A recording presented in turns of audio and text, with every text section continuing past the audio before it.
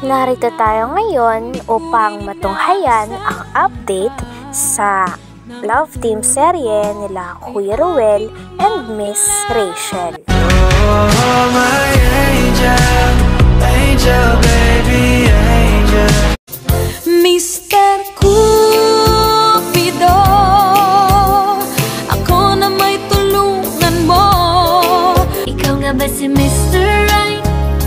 Ikaw nga ba love of my life? Bakit di na lang tutuhanin ang lahat?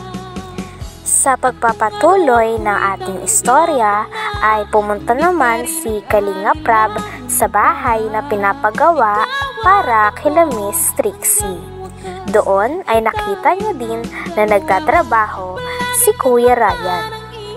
Nabanggit din sa ibang vlog ni Kalinga Prab na kinuha na nga ni Kalinga Prab si Ryan na katulong sa paggawa ng bahay nila Miss Trixie nang sa ganon ay makadagdag ito sa kanyang baon at pag-iipon. Kitang-kita din naman na talagang porsigido din doon si Ryan. Oh, my angel, angel, baby, angel. Mr. Cupido, ako na may tulungan mo. Ikaw nga ba si Mr. Right? Ikaw nga ba love of my life? Bakit di na lang tutuhanin ang lahat? Tapos naman ito ay kinausap ni Kuya Arjon si Kuya Ryan.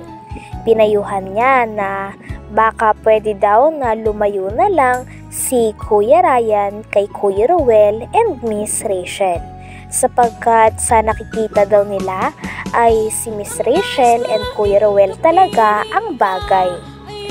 Sabi pa ni Kuya Arjon ay dapat magpaubaya na lang si Kuya Ryan, sapagkat nauna naman daw si Kuya Ruel sa panliligaw muli kasi dati pa naman daw nanligaw si Kuya Ryan. At saka mas marami daw sumusuporta dito at talagang kitang-kita na parang ang mahal ni Miss Rachel ay si Kuya Ruel talaga.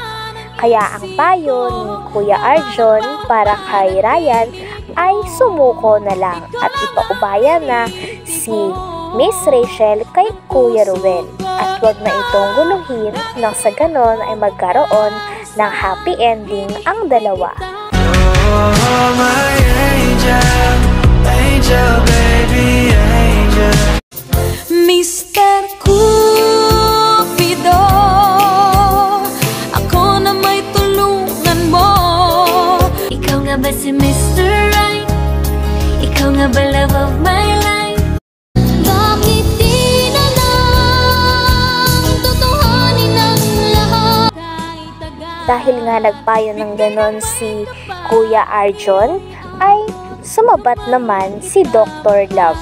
Si Dr. Love ang tutol sa pagmamahalan ni Miss Rachel and Kuya Ruel, sapagkat pinayuhan niya si Ryan na huwag daw sumuko kasi hindi pa naman daw kasal si Miss Rachel and Kuya Ruel. Kaya may pag-asa pa naman daw si Ryan. At saka hindi pa nga daw mag-boyfriend at girlfriend ang dalawa. Kaya ang payo ni Dr. Love para kay Ryan ay manatiling matatag.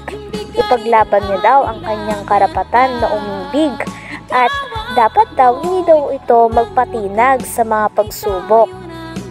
Dapat daw kapag may gusto siya ay paghirapan niya talagang makuha, katulad ni Miss Rachel.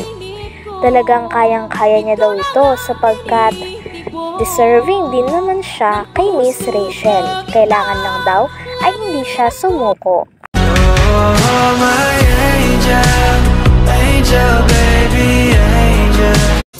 Mr. Cupido, ako na may tulungan mo. Ikaw nga ba si Mr. Right? Ikaw nga ba love of my life?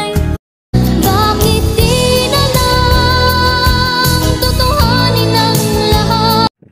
Tumutol naman dito si Kuya Arjon at sinabing bakit daw ba sabat ng sabat si Dr. Love? Kaya naman natawa si Dr. Love sapagkat pinaglalaban talaga ni Kuya Arjun na si Kuya Rowell and Miss Rachel ang para sa isa't isa. Ngunit si Dr. Love ay ayaw naman magkatuluyan si Kuya Rowell and Miss Rachel.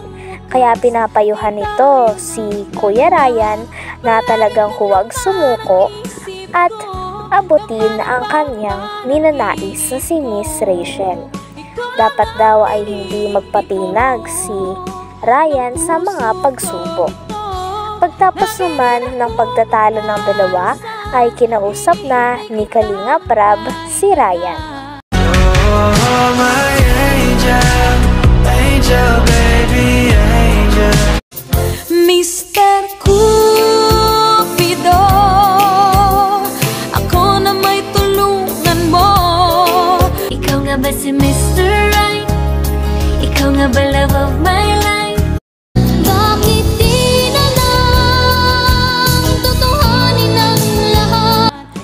Tinanong naman ni Kalinga Prab si Ryan kung kamusta na ito.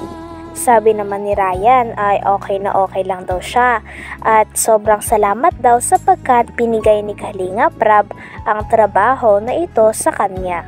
Sapagkat napakalaking tulong daw nito ng trabaho na ito sa kanyang buhay at sa kanyang pamilya. Bumilib naman si Kalinga Prab sa talaga namang kasipagan ni Ryan. Sabi pa ni Ryan ay talagang nagpapasalamat din siya sa mga sumusuporta sa kanya at nagtitiwala at hindi siya binabash. Oh, my angel, angel, baby, angel. Mr. Cupido, ako na may tulungan mo. Ikaw nga ba si Mr. Right? Ikaw nga ba love of my life? Bakit di na lang tutuhanin ang lahat? Nabanggit din ni Ryan na sobrang laking tulong daw ng trabaho na ito sapagkat nag-iipon din siya dahil malapit na ang kanyang birthday. Ang birthday niya daw ay June 4. Kaya naman excited na rin si Ryan sapagkat sa wakas ay birthday niya na. Sabi naman ni Kalinga Prab sa kanya ay baka hindi sila makapunta, ngunit sisikapin daw nila na mapuntahan ang birthday ni Ryan. Pagtapos naman ito ay nagtanong pa si Kalinga Prab kay Ryan. Sabi niya, Ryan, ano yung masasabi mo sa mga dati mong bashers? Diba may mga ayaw sa'yo nung una kang lumabas at talagang tutol sa'yo at kay Rachel. Ano yung masasabi mo na dati ay bashers mo sila at ayaw na ayaw nila sa'yo, pero ngayon talagang naintindihan ka na nila at sumusuporta din sa'yo, kasi nabalitaan ko na may mga ilang tao na din na pumapanig sa'yo at naniniwala para sa'yo. Sabi naman ni Ryan ay sobrang nagpapasalamat po kasi na-appreciate na po nila ako at talagang hindi na po sila nang babash, naniniwala na po sila sa akin. Pagtapos naman ito ay sumabat naman muli si Dr. Love at sinabing, ako Ryan, ang payo ko talaga sa iyo ay huwag kang susuko kasi karapatan natin ay ipaglaban ang ating nararamdaman. Kaya hanggat hindi pa kasal ang tao at hindi pa naman boyfriend, talagang may pag-asa ka. Natawa naman si Kuya Ryan. Oh, my angel, angel, baby, angel. Mr. Cupido, ako na may tulungan mo. Ikaw nga ba si Mr. Right? Ikaw nga ba love of my life? Bakit di na lang tutuhanin ang lahat? Tinanong din ni Kalinga Prab si Ryan kung ano daw ang kanyang message para kay Miss Rachel.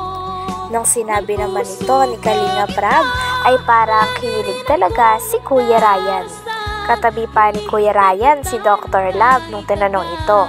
Sabi naman ni Ryan ay, ang gusto ko lang pong sabihin para kay Rachel ay Kung nasan man po siya ay sana palagi siyang mag-ingat.